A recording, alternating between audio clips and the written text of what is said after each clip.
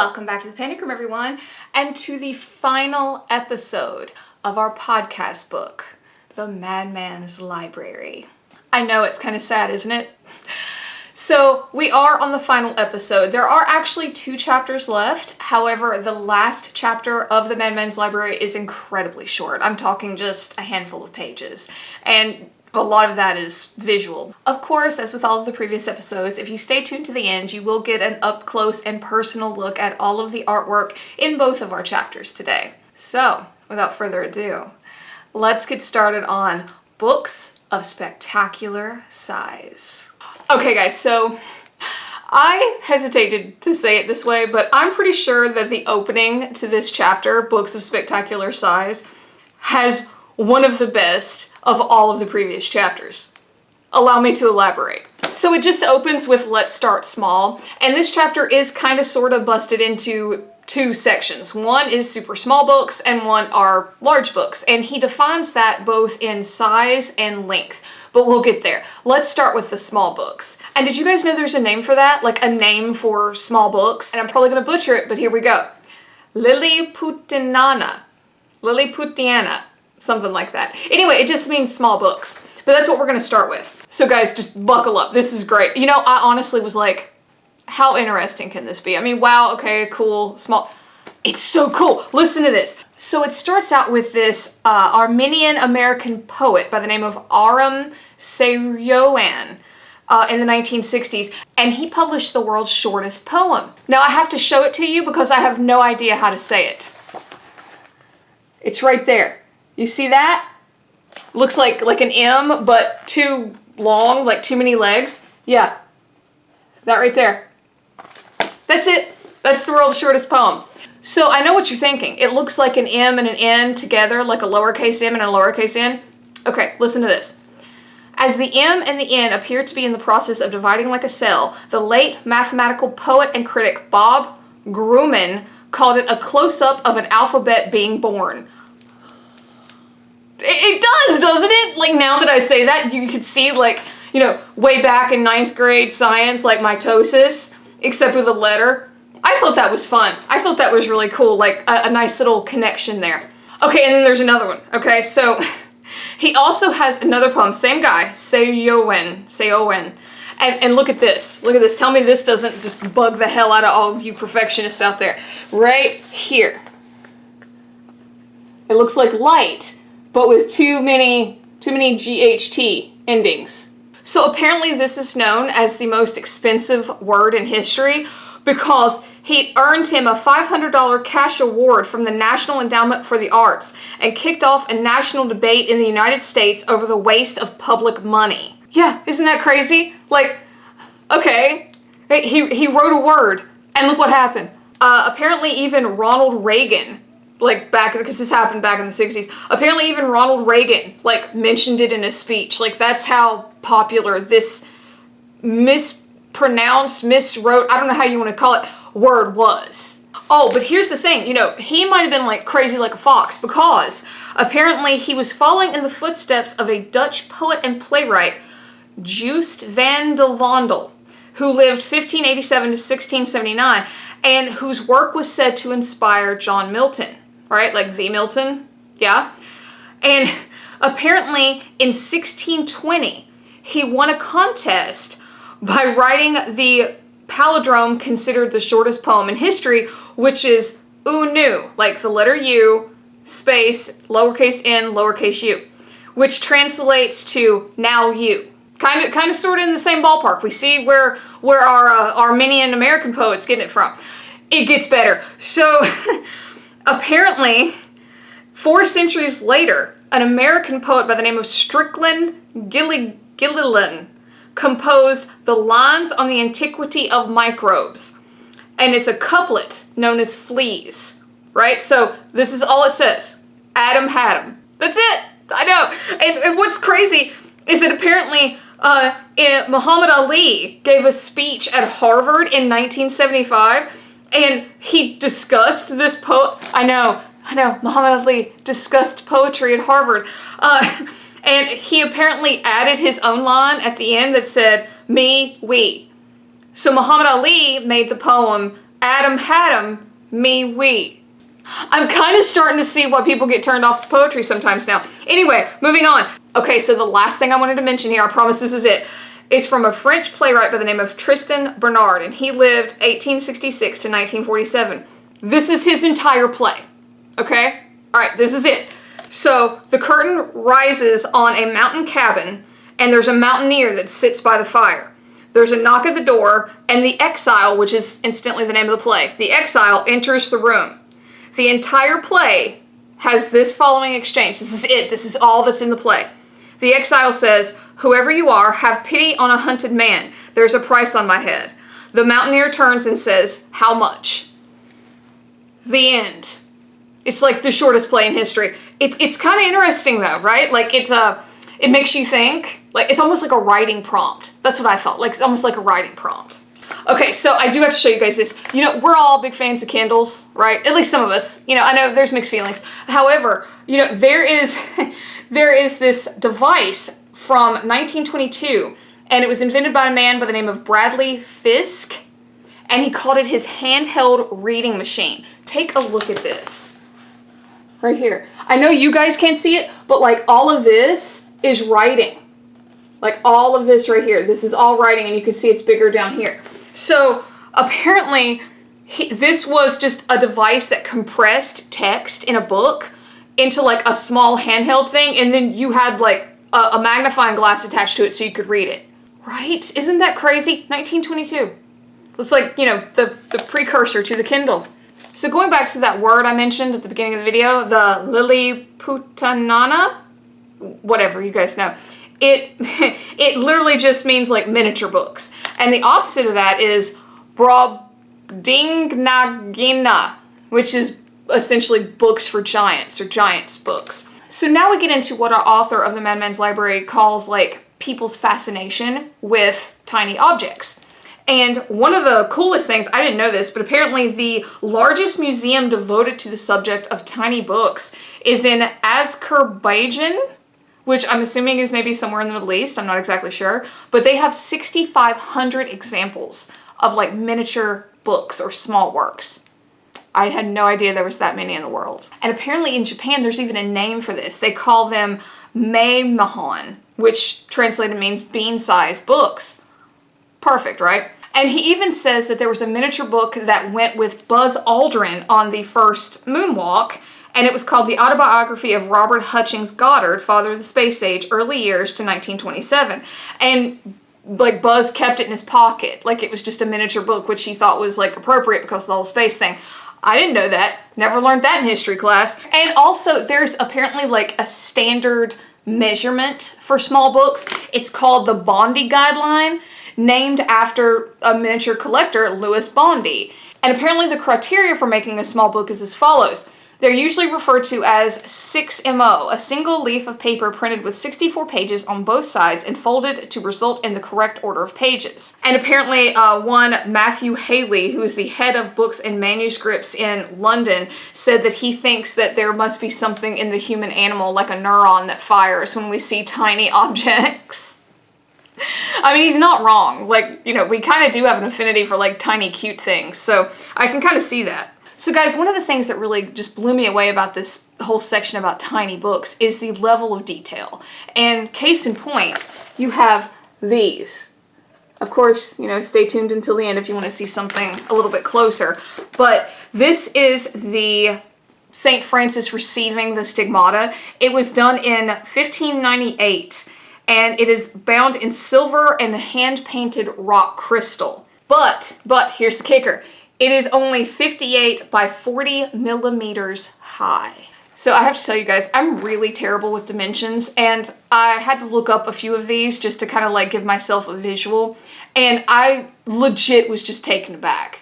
I mean, you know, I feel like nowadays we kind of are, I don't want to say jaded with, you know, feats like this, but, you know, we have computers and shit nowadays that can do that. This had to be done by hand.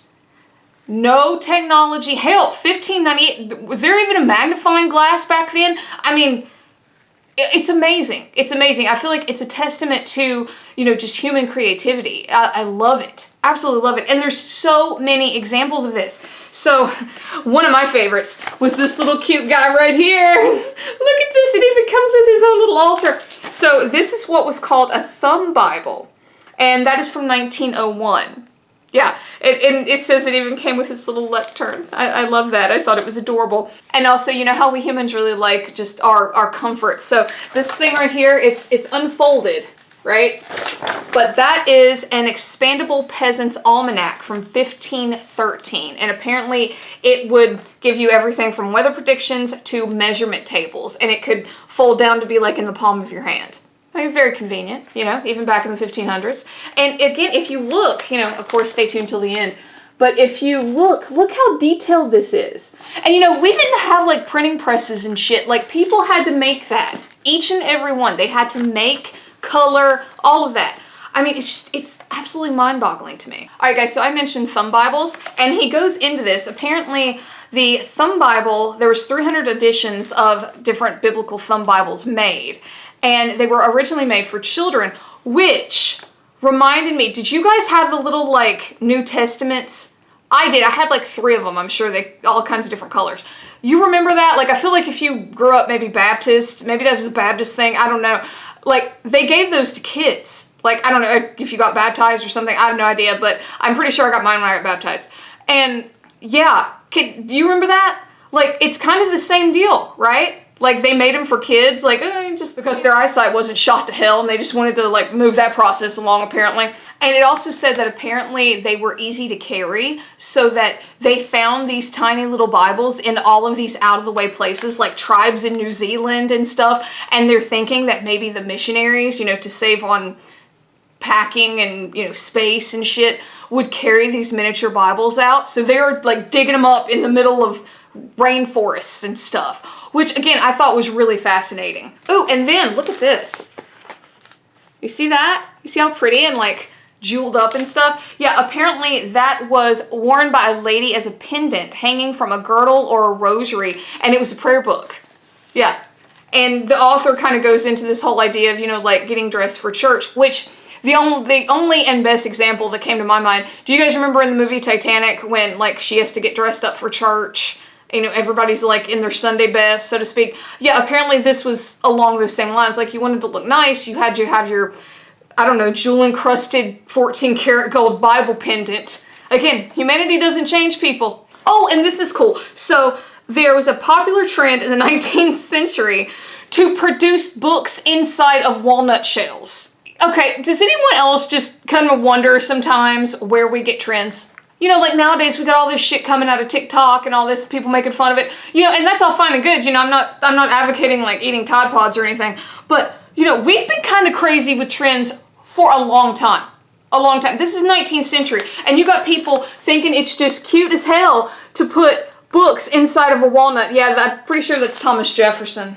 Yeah, it's the biography of Thomas Jefferson in a walnut shell.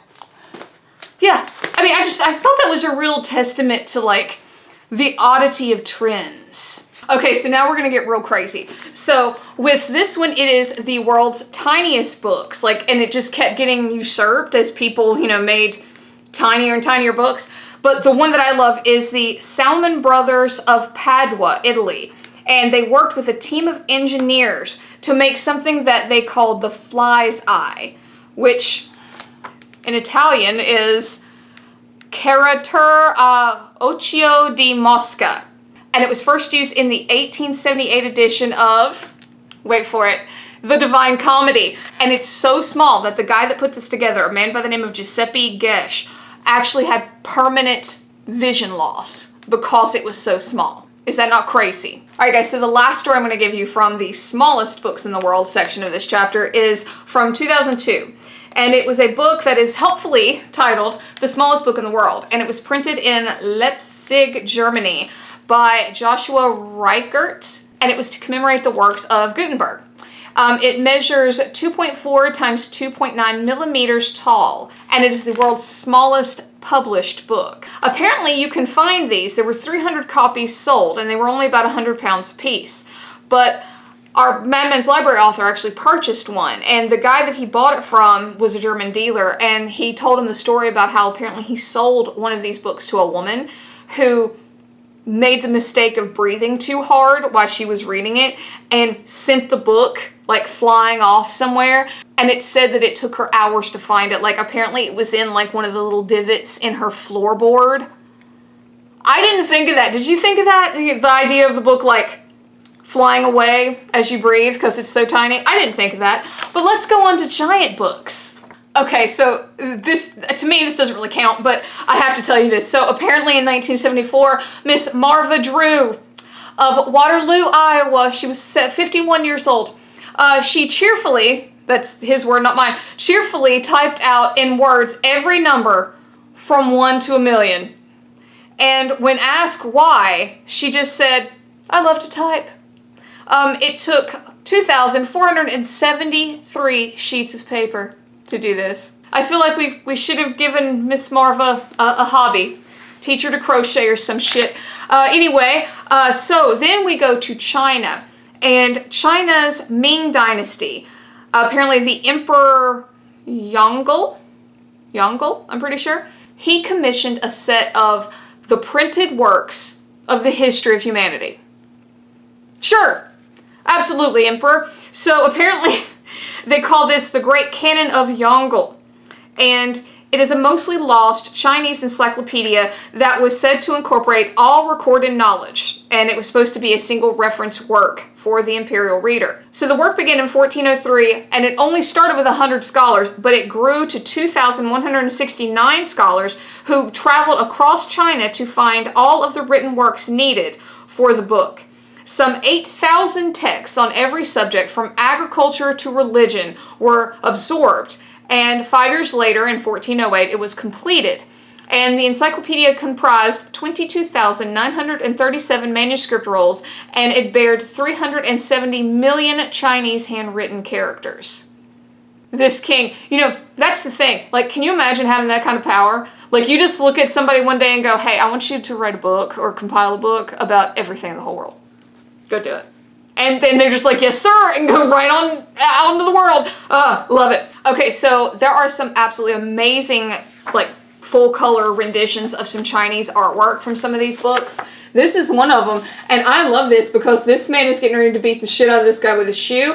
I love that. It reminds me of like your mom with a flip-flop, like beating you for talking back in the summer. Yeah, I know that can't have just been me. Maybe it's a southern thing. I don't know, but that's what it reminded me of, and I actually laughed at that too. All right, guys, so the next one. You guys know, we've had Garb August by the time you guys are seeing this. This next work, if China had a criminale back in the day, he would have read this. Guys, so the work is called Naso Satomi Hakiden, or the 8 Doll Chronicles, and it is 106 volumes. This man started it in 1814 and didn't finish it until 1842 when he was 75, and he actually had lost his eyesight by then, so he was dictating it to his daughter-in-law. Listen to this. So it chronicles the adventures of 8 samurai half-brothers who, through a rather complicated set of circumstances, were all fathered by a dog. Okay, do I need to go on? You see what I mean? Trash. Complete trash. And the majority of the 181 chapters relate to their swashbuckling adventures. So this is like some kind of crazy dog, samurai, pirate, I don't even know what, mashup. Tell me that doesn't sound like a pulp novel. It does to me. So do you guys ever come across a fact that you could have sworn you knew, but you must have forgotten?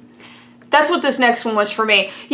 I, of course, know about L. Ron Hubbard. I did not remember, however, that he is the most published author in the West. Had no idea. And we're not going to go into the whole Scientology thing at all, but there is this one part that I want to mention that I had no idea about, and I would love to have gotten my hands on this. So apparently there was a book called Excalibur, and it was inspired by his reaction, supposedly, to nitrous oxide from a dental procedure in 1938. Hubbard was convinced that this book was somewhat more important and would have a greater impact upon people than the Bible, And though it was never published, apparently L. Ron Hubbard advertised some limited editions that he was selling for $1,500 a piece back in 1957, with the warning that 4 of the first 15 people who ever read this book went insane.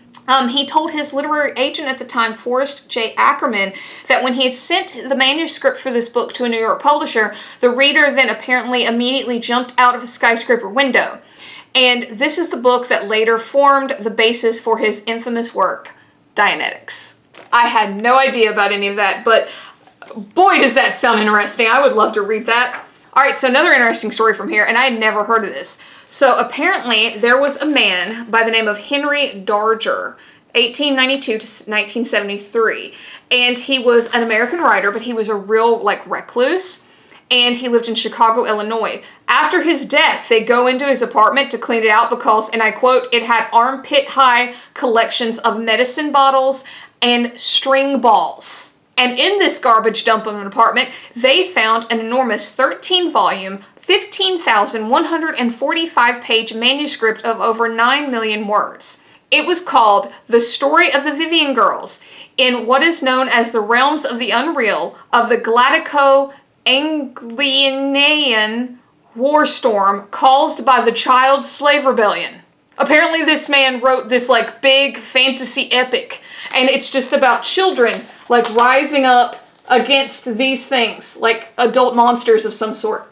Yeah, and it's gotten this cult following. Apparently his artwork just sells for millions now, according to our author. Is that not nuts? Can you imagine going into the apartment and finding this book about child slave rebellions or something? Alright guys, so these next two guys, I'm going to try to lump them together just for the sake of time. They're both some of the worst examples of megalomania I've ever seen. So you have a Boston poet, Arthur Crew Inman, who Time magazine once described as a megalomaniacal bigot, misogynist, peeping Tom hypochondriac when they reviewed his diary, which by the way was 17 million words and 155 volumes. Okay, you got that? So meanwhile, in Washington, there was a man by the name of Robert Shields, an American former minister and high school English teacher. And from 1972 to 1997, every 4 hours, this man would write down what he was doing. It didn't matter what it was. Apparently he had, a quote from our author, a special focus on his bowel movements. To suffice it to say, when these men were asked why they did this, apparently they thought that, millions of years from now, if people wanted to know what our life was like they would find this and then be like, oh, this is how, humans acted. This is what they did. And they both thought they were doing this kindness to the future of humanity. Chronicling your shits is going to help the future of humanity. Alright guys, so the next one I actually had heard of, and it is the Devil's Bible, or the Codex Gigas. And I feel like a lot of you will know this, especially when you see this little picture. Yeah, it's kind of famous. Alright guys, so in case you don't know the backstory of the Devil's Bible, I'll give you the 300 words or less version. So there was a man by the name of Herman the Recluse. He was a scribe, and he was accused of apparently breaking his vows. Did you guys know to be walled up alive is called immured? I didn't know that. I didn't know there was a name for that. So he was accused of breaking his vows, and they were going to essentially kill his ass. And he said oh no, I can, write down all of humanity's knowledge in one night. And so they were like, okay, do it. We'll save you. Do it. You got one night. And of course he can't. And apparently the story goes that he prayed to the devil, who then immediately showed up and completed the work for him. And of course that is a fairy tale, at least we think it is, because they think that this book probably took 30 or 40 years to compile and complete, because it includes things like the Vulgate Bible, which is the Latin principal version of the Bible, Etymology, which is assorted medical compilations, and 2 books by Constantine the African. So it also says that this book at the time would have required 100 donkey hides to make the 309 parchment sheets for the yard-high pages. Just to give you guys an idea. It's massive. But isn't that a cool backstory? I always liked that backstory. I thought it was kind of neat. Alright, so I have to throw this in here. First, I need you to look at this. Look at this. This guy right here? Yeah. So this is the Brazilian lawyer Vinicius Leoncio. And he gave our author of the Madman's Library, he gave him this picture because he apparently spent so much time putting together the tax laws for his country, Brazil, just to show like how crazy it is. And it says in here something about how, like, I think it said 4 tax laws are added every day in Brazil, which is crazy. Like, I don't even know what to think about that. But this guy is in protest of it. So he made this book to like show how crazy it is. You know, that's a full-grown ass man sitting on top of that. Is that not crazy? But I thought that was funny. And apparently this guy was like, you know, real happy that his work was going to be included in this because he wants to get the word out about, you know, how insane the tax laws are and how there needs to be some reform. I thought that was kind of neat. I did. I thought that was really interesting.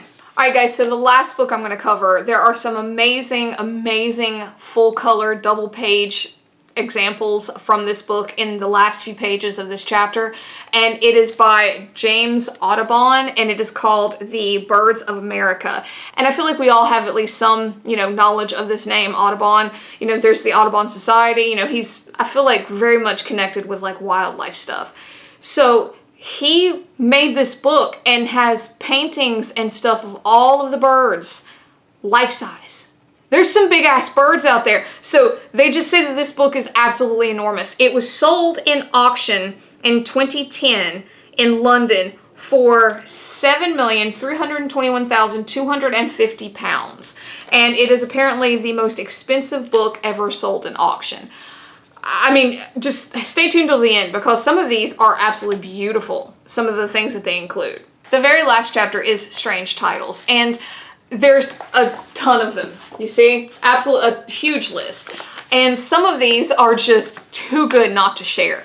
And I didn't know this, but apparently there are like awards given every year for these books that have just these crazy titles. So let me read you some of my favorites. Sunbeams may be extracted from cucumbers, but the process is tedious. That is from 1799. Ars Musica, or The Lady's Back Report. That is from 1722. Satan's Harvest Home, or The Present State of Whorecraft, Adultery, Fornication, Procuring, Pimping, Sodomy, and the Game of Flats, and Other Satanic Works, daily propagated in this good Protestant kingdom. And that's from 1749. Oh, and The First Blast of the Trumpet Against the Monstrous Regiment of Women in 1558. Heaven, Where It Is, Its Inhabitants, and How to Get There in 1881. How to Cook Husbands from 1898. Pigs, and How to Make Them Pay. Ducks, and How to Make Them Pay. The podcast Mysterious Universe made that joke, and that's not mine. I can't take credit for that. Let's see. Oh, A Handbook on Hanging, 1928. Cabbages and Crime, 1945. The Boring Sponges Which Attack South Carolina Oysters, 1950. Nuclear War, What's in It for You, 1982. Harnessing the Earthworm, 1949. Be Bold with Bananas, 1972. Brainwashing is a Cinch, 1966. A Weasel in My Meat Staff, 1957. Collectible Spoons of the Third Reich, 2009. The Origin of Feces, 2013. Open Wide for the Handsome Saber-Toothed Dentist Who is Also a Ghost, 2017. Alright guys, so I think we'll end that there. I know this was a longer video. Thank you so much for hanging out. And thank you for sticking with me if you have watched all of these episodes on the Madman's Library. Guys, I thoroughly enjoyed every single chapter of this book. If you are a lover of words like I am, if you just enjoy the history of books, I highly recommend. This is phenomenal. It is so cool.